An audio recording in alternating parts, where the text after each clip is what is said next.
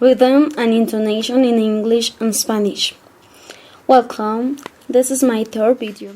Remember that in the first video I talked about vowel sounds, in the second one about consonant sounds, and finally in this one I'm going to refer to rhythm and intonation in English and Spanish languages.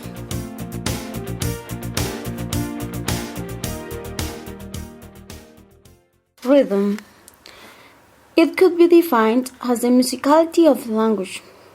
Some people think that getting a good rhythm of the language means speaking faster and louder. But the real meaning is to speak correctly. I mean, by stressing and pronouncing words in a correct way. In Spanish words, all the syllables are pronounced with the same time. They are not reduced or elongated syllables. All of them are equal in duration. But in English, the words could be reduced or elongated depending if they are stressed or not. For example, in Spanish you say, Me gustaría ir a la fiesta. In English, I would like to go to the party. Yo quiero ser tu mejor amigo. Yo quiero ser tu mejor amigo. I want to be your best friend. I want to be your best friend. Thus, Spanish is a syllable time language. That means the number of syllables determines the length of time to say something. In contrast, English is a stress-timed language because the time it takes to say something in English depends on the number of stressed syllables or words, not on the number of syllables. Understanding the rhythm of the language means studying two important aspects: stress and intonation. But what is stress? Stress means the emphasis when making syllables or words to make them higher and longer in pitch. Syllable stress in words. In every word, there is a stressed syllable. It means there is a part of the word which receives more emphasis. In English, the stress is on the syllables, but in Spanish, the stress is on the vowels there. Besides, the stress is called accent. By that reason, some Spanish speakers confuse the word accent with the word stress. Another difference between these languages is that in Spanish, the graphic stress, tilde, is used to mark the stress in most of the words. But in English, there is not a mark or a signal that shows where the emphasis is made. In English, this aspect is learned through the practice. For example, Spanish, comunicación. English, communication. In both languages, the stressed syllable or vowel could change the meaning or the category of the word. For example, in English, project is the noun and project is the verb. In Spanish, proyecto is the noun or is the verb in present tense for the first person, or proyectó is the verb in past tense. Word stress in sentences. Referring to this part, it is important to clarify that in Spanish language the syllable is charged to give the rhythm of the sentence, because every single syllable has the same time. Then, there is not a word which is more emphasized than another. For example, yo tengo que ir a la escuela mañana. We don't omit any word. On the other hand, English speakers stress content words in sentences. They are verbs, nouns, adjectives, and adverbs. As you can notice, these are the words which give the meaning to the phrase or sentence. You can understand the phrase only by listening them. For example, the kids commonly omit the function words like articles and conjunctions. That's the reason why they say want cookie instead of I want a cookie. However, we understand what they want to say without those words. Conversely, the function words are weak or reduced. Articles, pronouns, possessives, preposition, auxiliary verbs, and conjunctions. Consequently, in English you say, I have to go to the party.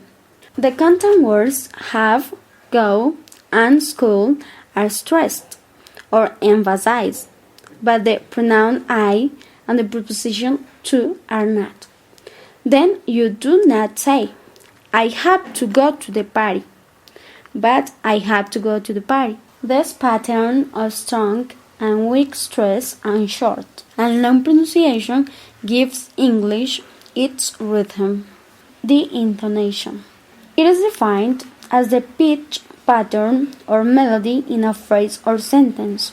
It's the variation or pitch, the rising and falling of the voice when speaking. Consequently, it is the English intonation that makes English sound really English.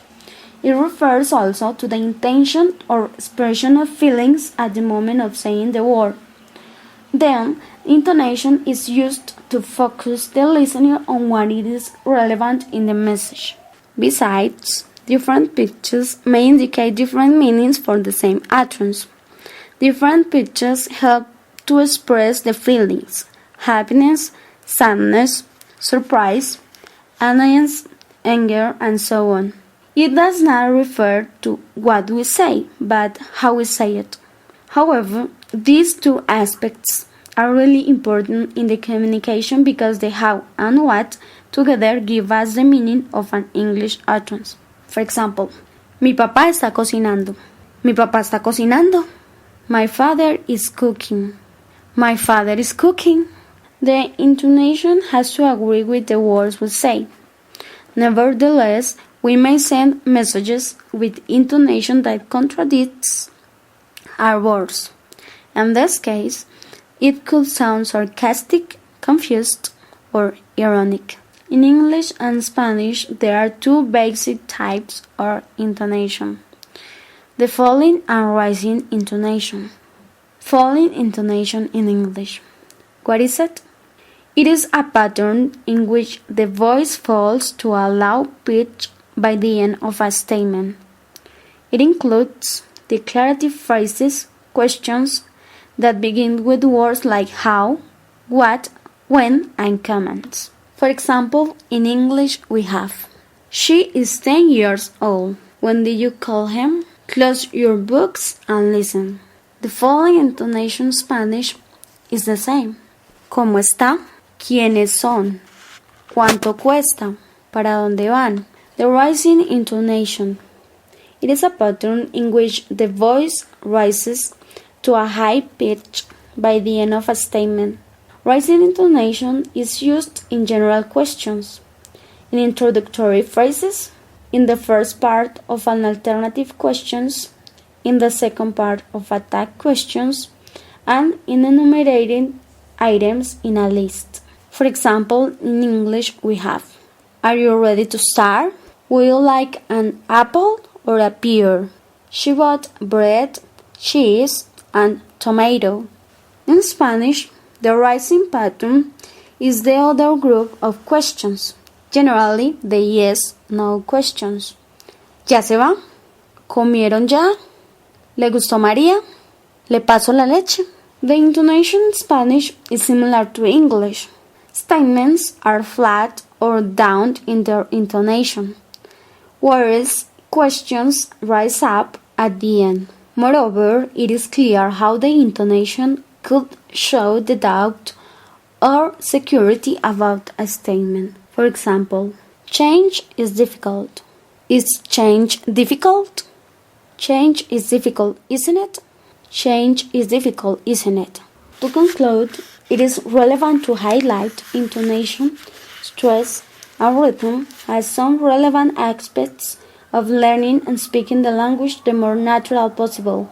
If we stress and intone in a correct way, we can acquire the real rhythm of the language.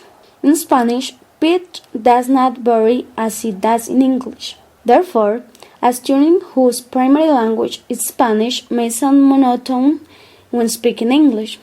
Otherwise, English speakers most of the time try to reduce some words. That's it, and thank you so much for watching all my videos. Good luck!